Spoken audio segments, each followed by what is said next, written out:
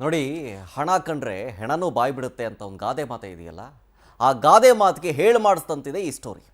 ಏನು ಅಂತಂದರೆ, ಬೆಂಗಳೂರಿನಲ್ಲಾಗಿರೋದು ಇದು. ಆಸ್ತಿಯನ್ನು ಹಿಂಗಾದರೂ ಮಾಡಿ ಕಬಳಿಸ್ಬೇಕು ಅಂತೇಳಿ ಆ ಕಿರಾತಕರು ಸಂಸಾರದಲ್ಲಿ ಹುಳಿ ಹಿಂಡ್ಬಿಡ್ತಾರೆ. ಒಂದಲ್ಲ ಎರಡಲ್ಲ 3 ಕೋಟಿ ಆಸ್ತಿ. ಆ ಸ್ಕೆಚ್ಚು ಬಹಳ ಖತರ್ನಾಕಿದೆ. ಅವ್ರು ಹಾಕಿದ ಸ್ಕೆಚ್ಗೆ ಪತಿ ಸಾವನ್ನಪ್ತಾನೆ. ಹೆಂಗಾಯ್ತು ಏನಾಯ್ತು ಡೀಟೇಲ್ಸ್ ನೋಡಿ. ನಾದಿನ ಮೇಲೆ ಕಣ್ಣಾಗ್ತಾನೆ. ಅಸಭ್ಯವಾಗಿ ವರ್ತನೆ ಮಾಡಿ, ಬೆದರಿಕೆ ಕೊಟ್ಟು, ಹಿಂಸೆ ಮಾಡಿ ಆಸ್ತಿಯನ್ನು ಕಬಳಿಸೋದು. ಇದಾಗಿರೋದು ಬೆಂಗಳೂರಲ್ಲಿ ನಯವಂಚಕರ ಖತರ್ನಾಕ್ ಕೆಲಸ ಬೆಳಕಿಗೆ ಬಂದಿದೆ.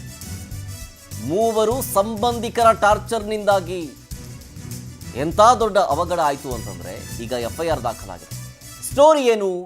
ಪತಿ ಆತ್ಮಹತ್ಯೆ ಮಾಡ್ಕೊಳ್ಬೇಕು ಅನ್ನೋ ರೀತಿಯಾಗಿ ಈ ಗ್ಯಾಂಗು ಪ್ಲ್ಯಾನ್ ರಚನೆ ಮಾಡ್ತಾರೆ. ಪತಿ ಆತ್ಮಹತ್ಯೆ ಮಾಡ್ಕೊಂಡ ಮೇಲೆ ಬೆದರಿಕೆ ಹಾಕಿ ಆಸ್ತಿಯನ್ನು ಕಬಳಿಸ್ತಾರೆ. ಪತ್ನಿಯಿಂದ ಬರೆಸ್ಕೊಳ್ಳೋದು. ಈಗ ಪತಿ ಸಾವನ್ನಪ್ಪಿದ್ರೆ ಆಸ್ತಿ ಪತ್ನಿಗೆ ಹೋಗುತ್ತೆ. ಪತ್ನಿಯನ್ನು ಹಿಂಗಾದ್ರೂ ಮಾಡಿ ಬ್ಲ್ಯಾಕ್ ಮೇಲ್ ಮಾಡಿದ್ರೆ ನಮ್ಗೆ ಆಸ್ತಿ ಬರ್ಕೊಡ್ತಾರೆ ಅಂತ. ಸೊ ಈ ವಿಚಾರಕ್ಕೆ ಸಂಬಂಧಪಟ್ಟಂತೆ ಮಹಾಲಕ್ಷ್ಮಿ ಲೇಔಟ್ ಪೊಲೀಸ್ ಠಾಣೆಯಲ್ಲಿ ಕೇಸ್ ಕೂಡ ದಾಖಲಾಗಿದೆ. ಪತ್ನಿ ಪವಿತ್ರ ಟಾರ್ಚರ್ ಕೊಡ್ತಾರೆ, ಆಸ್ತಿ ಬರೆಸ್ಕೊಂಡ್ಬಿಡ್ತಾರೆ. 20 ವರ್ಷದ ಹಿಂದೆ ಸೋಮಶೇಖರ್ ಜೊತೆ ಪವಿತ್ರ ಮದುವೆ ಆಗಿರ್ತಾರೆ. ಲಾರಿ ಡ್ರೈವರು ಸೋಮಶೇಖರು, ಆದರೆ ಸುಳ್ಳು ಹೇಳಿ ಪವಿತ್ರ ಮದುವೆ ಆಗ್ತಾಳಂತೆ. ನಾನು ವೆಲ್ ಎಜುಕೇಟೆಡು, ಆಸ್ತಿ ಇದೆ, ಅಂತಸ್ತಿದೆ ಅಂತೇಳಿ ಪವಿತ್ರ ಜೊತೆ ವಿವಾಹವಾಗ್ತಾರೆ. ಮದುವೆ ಆದಮೇಲೆ ತುಂಬ ಚೆನ್ನಾಗೇ ಇರ್ತಾರೆ, ಸಂಸಾರದಲ್ಲೂ ಕೂಡ ಚೆನ್ನಾಗೇ ಇರುತ್ತೆ. ಆಗ ಬರ್ತಾನೆ ನೋಡಿ ಒಬ್ಬ ಕಿರಾತಕನೇ ಆತ್ಮೀಯ ಗಂಡ ನಾಗರಾಜ ಅಂತ ಆತನ ಹೆಸರು. ಈ ನಾಗರಾಜ ಪವಿತ್ರ ಮೇಲೆ ಕಣ್ಣಾಕ್ಬಿಡ್ತಾನೆ.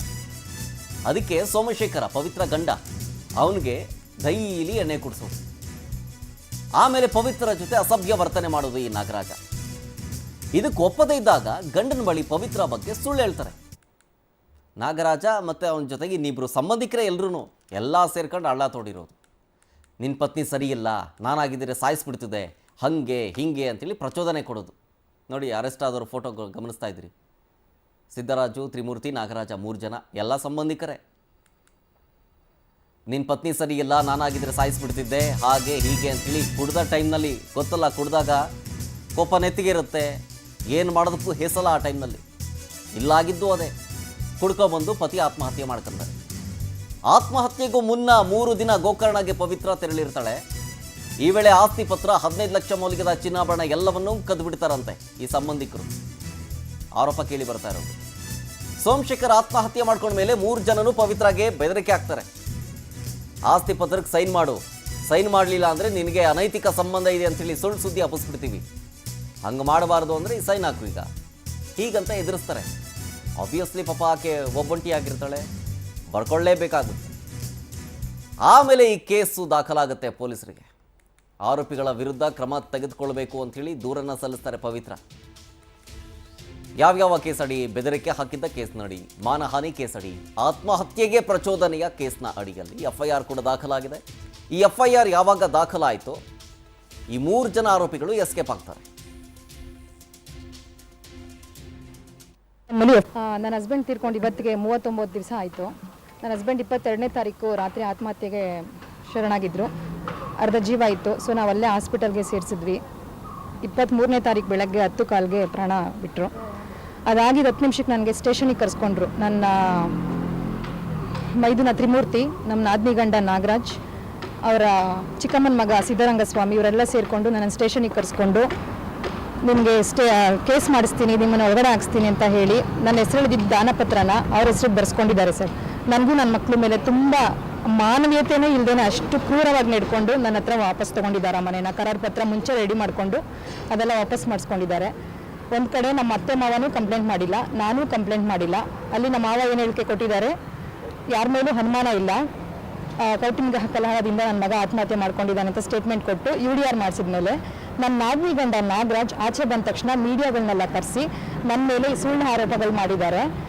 ಏನಕ್ಕೆ ಆರೋಪ ಮಾಡಿದ್ದಾರೆ ಅಂದರೆ, ನಾಗರಾಜ್ ಅನ್ನೋರು, ನಮ್ಮ ನಾದ್ನಿ ಗಂಡ ನಾಗರಾಜ್ ನನ್ನ ಹತ್ರ ಸುಮಾರು ಸರಿ ಅಸಭ್ಯವಾಗಿ ನಡ್ಕೋತಾ ಇದ್ರು. ನಾನು ಅವ್ರಿಗೆ ಅದಕ್ಕೆ ಕೋಆಪ್ರೇಟ್ ಮಾಡಿಲ್ಲ ಅನ್ನೋ ಉದ್ದೇಶಕ್ಕೆ, ಮತ್ತು ಅವ್ರ ಹೆಂಡತಿ ಹತ್ರನೂ ಸುಮಾರು ಸರಿ ನಾನು ಕಂಪ್ಲೇಂಟ್ ಮಾಡಿದ್ದೆ, ಈ ಥರ ನಿಮ್ಮ ಹಸ್ಬೆಂಡ್ ನನ್ನ ಹತ್ರ ಅಸಭ್ಯವಾಗಿ ನಡ್ಕೋತಾರೆ, ನನ್ನ ಹಸ್ಬೆಂಡ್ ಹತ್ರನೂ ಹೇಳಿದ್ದೆ ಅವ್ನ ಜೊತೆ ಸೇರ್ಬೇಡ ಅಂತ. ಮತ್ತು ನನ್ನ ಹಸ್ಬೆಂಡ್ ಅವ್ರ ಹತ್ರ ಜಗಳನೂ ಮಾಡಿದ್ರು ಇದೇ ವಿಚಾರಕ್ಕೆ, ಯಾಕೆ ನಮ್ಮ ಪವಿತ್ರನ ಹತ್ರ ಅಷ್ಟು ಕೆಟ್ಟದಾಗಿ ನಡ್ಕೋತೀರಂತೆ, ಹೇಳಿದ್ದಾಳೆ ಹಾಗೆ ಹೀಗೆ ಅಂತ. ಇದನ್ನು ಹೇಳಿದ್ದಕ್ಕೆ ನನ್ನ ಮೇಲೆ ಹಾಗೆ ಸಾಧಿಸೋದಕ್ಕೋಸ್ಕರ ಅವತ್ತು ಮೀಡಿಯಾ ಮುಂದೆ ನನ್ನ ಮೇಲೆ ಸುಳ್ಳು ಆರೋಪಗಳೆಲ್ಲ ಮಾಡಿದ್ದಾರೆ.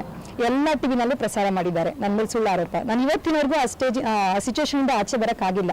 ಮತ್ತೆ ಇವರೆಲ್ಲ ಸೇರಿಕೊಂಡು ನಾನು ಏನು ಕಂಪ್ಲೇಂಟ್ ಮಾಡಿದ್ದು, ನಾನು 22ನೇ ತಾರೀಕು ಜಾನ್ವರಿ FIR ಮಾಡಿದ್ದೀನಿ ಇವ್ರು 3 ಜನಗಳ ಮೇಲೆ, ನನ್ನ ಮೈದಿನ ತ್ರಿಮೂರ್ತಿ ಮೇಲೆ, ನಮ್ಮ ನಾದ್ನಿ ಗಂಡ ನಾಗರಾಜ್ ಮೇಲೆ, ನಮ್ಮ ಗಂಡನ ಫ್ರೆಂಡ್ ಸಿದ್ದರಂಗಸ್ವಾಮಿ ಮೇಲೆ, ನಾನು 3 ಜನ ಮೇಲೆ FIR ಮಾಡಿಸಿದ್ದೀನಿ. ಆ FIR ಏನಂತ ಇದೆ, ಇವರೇ ಆತ್ಮಹತ್ಯೆ ಪ್ರಚೋದನೆ ಮಾಡಿದ್ದಾರೆ. ಅಂದರೆ ನನಗೂ ನನ್ನ ಹಸ್ಬೆಂಡ್ಗೆ ಜಗಳ ಆಗೋ ಥರ ಇವರೇ ಸೇರ್ ಮಾಡಿರೋದು. ಮನೆಯಲ್ಲಿ ರೆಕಾರ್ಡರ್ ಇಡಿಸಿದ್ದಾರೆ ಗೊತ್ತಿಲ್ಲದೆ ಇರೋ ಥರ. ಮತ್ತು ನನ್ನ ಮೊಬೈಲ್ ತಗೊಂಡು ಅಂದ್ಬಿಟ್ಟು ನನ್ನ ಮೊಬೈಲ್ ಎಲ್ಲ ಯೂಸ್ ಮಾಡಿದ್ದಾರೆ ಸರ್. ಇವ್ರು 3 ಜನ ಸೇರ್ಕೊಂಡು ಅವ್ರ ಮನೆಗಳಲ್ಲಿ ಕೂತ್ಕೊಂಡು ನನ್ನ ಮೊಬೈಲ್ ಯೂಸ್ ಮಾಡಿದ್ದಾರೆ. ಈ ಥರ ಮಾಡಿಸಿ ನನ್ನ ಗಂಡಂಗೆ ಡ್ರಿಂಕ್ಸ್, ಮತ್ತು ನಾಗರಾಜನ್ ಅವರು ನನ್ನ ಗಂಡಂಗೆ ತುಂಬ ಡ್ರಿಂಕ್ಸ್ ಕಡಿಕ್ ಮಾಡಿಸ್ಬಿಟ್ಟಿದ್ರು ಸರ್. ಪ್ರತಿ ದಿವಸ ಡ್ರಿಂಕ್ಸ್ ಮಾಡಿಸಿ ಕಳಿಸಿ ನಮ್ಮ ಮನೆಯಲ್ಲಿ ಜಗಳ ಆಗೋ ಥರ ಮಾಡಿ ನನ್ನ ಮೇಲೆ ದೈಹಿಕ ಮಾನಸಿಕ ಹಿಂಸೆ ಕೊಡೋ ಥರ ಮಾಡಿದ್ದಾರೆ ಸರ್. ಮಕ್ಳಿಗೂ ನೆಮ್ಮದಿ ಕೊಡ್ತಿರ್ಲಿಲ್ಲ, ನನಗೂ ನೆಮ್ಮದಿ ಕೊಡ್ತಿರ್ಲಿಲ್ಲ. ಅಷ್ಟು ಆ ರೇಂಜ್ಗೆ ನಮ್ಮ ಮನೆಯಲ್ಲಿ ಜಗಳ ಆಗ. ಇನ್ನಷ್ಟು ಮಾಹಿತಿ ಕೊಡ್ತಾರೆ ನಮ್ಮ ಪ್ರತಿನಿಧಿ ವೆಂಕಟೇಶ್, ನೇರ ಸಂಪರ್ಕದಲ್ಲಿ ಜಾಯ್ನ್ ಆಗ್ತಿದ್ದಾರೆ. ವೆಂಕಟೇಶ್, 3 ಕೋಟಿ ಆಸ್ತಿ ಸೋಮಶೇಖರ್ ಬಳಿಯಿಂದ ಇದ್ದಿದ್ದು, ಅದನ್ನ ತಗೊಳಕ್ಕೆ ಅಂಥೇಳಿ ಈ 3 ಜನ ಆರೋಪಿಗಳು ಕಿರಾತಕರು ಹೆಂಗ್ ಪ್ಲಾನ್ ಮಾಡಿದ್ರು ಅಂತ. ಶರತ್, ಡಿಸೆಂಬರ್ನಲ್ಲಿ ಒಂದು ಆತ್ಮಹತ್ಯೆ ಪ್ರಕರಣ ಕೂಡ ದಾಖಲಾಗುತ್ತೆ ಮಹಾಲಕ್ಷ್ಮಿ ಪೊಲೀಸ್ ಠಾಣೆಯಲ್ಲಿ.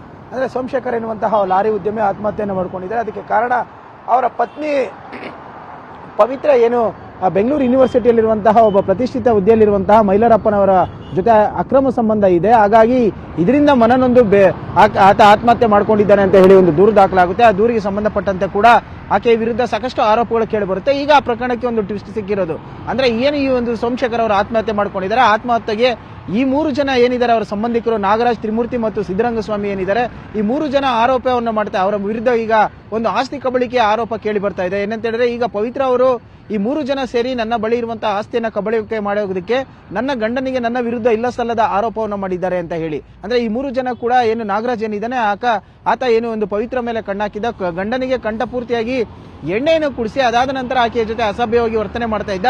ಯಾವಾಗ ಆಕೆ ಇದಕ್ಕೆ ವಿರೋಧವನ್ನು ವ್ಯಕ್ತಪಡಿಸಲು ಆಗ ಆತ ಕೂಡ ಒಂದು ಪ್ಲಾನ್ ಅನ್ನ ಮಾಡಿ ನಿನ್ನ ಗಂಡನಿಗೆ ನಿನ್ನ ಬಳಿ ಇಲ್ಲದಂತಹ ಒಂದು ಆರೋಪಗಳನ್ನು ಮಾಡ್ತೀವಿ ಅಂತ ಹೇಳಿ ಒಂದು ಬೆದರಿಕೆಯನ್ನು ಹಾಕ್ತಾನೆ. ಅದರಂತೆ ಕೂಡ ಸೋಮಶೇಖರ್ ಮನೆಗೆ ಬಂದಂತಹ ಸಂದರ್ಭದಲ್ಲಿ ನಿನ್ನ ಪತ್ನಿಗೆ ಬೇರೆಯವರ ಜೊತೆ ಅನೈತಿಕ ಸಂಬಂಧ ಇದೆ, ಆಕೆಯ ನಡವಳಿಕೆ ಸರಿ ಇಲ್ಲ, ನಾನಾಗಿದ್ರೆ ಈ ರೀತಿಯಂತಹ ಒಂದು ಏನಾದ್ರು ಇನ್ಸಿಡೆಂಟ್ ನಮ್ಮನೇಲಾಗಿದ್ರೆ ನಾನು ಆತ್ಮಹತ್ಯೆ ಮಾಡ್ಕೊಂಡು ಸಾಯ್ತಾ ಇದ್ದೆ, ನೀನು ಇನ್ನೂ ಅನ್ನ ಹೇಳುವ ರೀತಿಯಲ್ಲಿ ಆತ ಹೇಳಿದ್ದಾರೆ. ಹಾಗಾಗಿ ಆತ ಆತ್ಮಹತ್ಯೆ ಮಾಡ್ಕೊಂಡಿದ್ದಾನೆ, ಪ್ರಚೋದನೆಯನ್ನು ಕೊಟ್ಟಿದ್ದಾರೆ ಅಂತ ಹೇಳಿ ಪವಿತ್ರ ಈಗ ಒಂದು ದೂರನ್ನು ಕೊಟ್ಟಿದ್ದಾರೆ. ನನ್ನ ಪತಿ ತೀರಿ ಹೋದ ನಂತರ ಮನೆಗೆ ಬಂದು ಏನು ಒಂದು ಆಸ್ತಿ ಪತ್ರಗಳಿತ್ತು ಮತ್ತೆ ಆಕೆ ಬಳಿ ಇದ್ದಂತಹ ಹಣ ಏನಿತ್ತು ಎಲ್ಲವನ್ನು ನಮಗೆ ಕೊಡಬೇಕು, ಇಲ್ಲಾಂದ್ರೆ ನಿನ್ನ ಒಂದು ಅನೈತಿಕ ಸಂಬಂಧ ಏನಿತ್ತು ಆ ರೀತಿಯಾಗಿ ಹಬ್ಬಿಸ್ತೀವಿ ಅಂತ ಹೇಳಿ ಆಕೆ ಬೆದರಿಕೆಯನ್ನ ಹಾಕಿ ಆಕೆಯ ಬಳಿ ಇದ್ದಂತಹ ಹಣಕ್ಕೆ ಮತ್ತು ಆಸ್ತಿ ಪತ್ರಗಳಿಗೆ ಬೆದರಿಕೆ ಒಡ್ಡಿದ್ದಾರೆ ಅಂತ ಹೇಳಿ ಈಗ ಆಕೆ ಒಂದು ಆರೋಪವನ್ನು ಮಾಡಿ 3 ಜನರ ವಿರುದ್ಧ ಒಂದು ದೂರನ್ನು ಕೊಟ್ಟಿದ್ದಾರೆ. ದೂರನ್ನ ದಾಖಲಿಸಿಕೊಂಡಿರ್ತಾರೆ. ಈ 3 ಜನ ಕೂಡ ಎಸ್ಕೇಪ್ ಆಗಿದ್ದಾರೆ. ಅಂದ್ರೆ ಸೋಮಶೇಖರ್ ಆತ್ಮಹತ್ಯೆಗೂ ಮುನ್ನವೇ 3 ದಿನ ಗೋಕರ್ಣಗೆ ಹೋಗಿ ಬಂದಿದ್ರು. ಆ ಸಂದರ್ಭದಲ್ಲಿ ಮನೆಗೆ ವಾಪಸ್ ಬಂದಂತ ಸಂದರ್ಭದಲ್ಲಿ ಈತ ಆತ್ಮಹತ್ಯೆ ಮಾಡ್ಕೊಂಡಿದ್ದ ಅಂತ ಹೇಳಿ ಈ ಒಂದು ಪ್ರಕರಣ ಕೂಡ ದಾಖಲಾಗಿತ್ತು. ಸದ್ಯಕ್ಕೆ ಈ ಪ್ರಕರಣದಲ್ಲಿ ಸಾಕಷ್ಟು ಗೊಂದಲಗಳಿದ್ದು ಪೊಲೀಸರ ತನಿಖೆಯಿಂದ ಸತ್ಯಾಸತ್ಯತೆ ತಿಳಿದು ಬರಬೇಕು. ಯಾಕಂದ್ರೆ ಆರೋಪ ಬಂದಂತ ಸಂದರ್ಭದಲ್ಲಿ ಪವಿತ್ರ ಅವರ ನಡವಳಿಕೆ ಸರಿಯಿಲ್ಲ, ಆಕೆ ಅನೈತಿಕ ಸಂಬಂಧ ಹೊಂದಿದ್ಲು ಅಂತ ಹೇಳಿ ಒಂದಷ್ಟು ಆಡಿಯೋಗಳು ಬಂದಿತ್ತು. ಮೈಲಾರಪ್ಪ ಅವರ ಜೊತೆ ಹೋಗಿ ಮಾತುಕತೆ ಮಾಡುವಂತ CCTVಗಳು ಕೂಡ ಬಂದಿತ್ತು. ಆದ್ರೆ ಈಗ ಸದ್ಯಕ್ಕೆ ಈ ಆಸ್ತಿ ಕಬಳಿಕೆ ವಿಚಾರ ಯಾಕೆ ಬರ್ತಾ ಇದೆ ಏನು ಅನ್ನೋದು ಕೂಡ ಪೊಲೀಸರ ತನಿಖೆಯಿಂದ ತಿಳಿದು ಬರಬೇಕಾಗಿರುವಂತದ್ದು. ಶರತ್, ಓಕೆ, ಥ್ಯಾಂಕ್ ಯು ವೆಂಕಟೇಶ್ ಡೀಟೇಲ್ಸ್ಗಾಗಿ.